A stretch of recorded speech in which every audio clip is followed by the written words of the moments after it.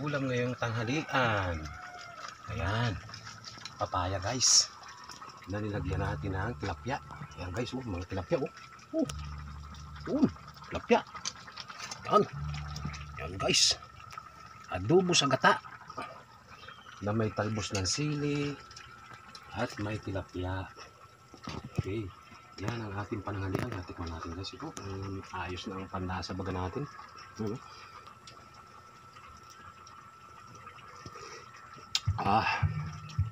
Ayos. Talagang swabe ang mga luto natin ngayon. Tanghalian. Malapit na ang maluto guys. Okay. Yan ang ating ulam ngayon. Tilapia lang muna tayo at sabay lagay ng gulay para dumami. Masustansya na, masarap pa. Okay guys, magandang tanghali sa lahat.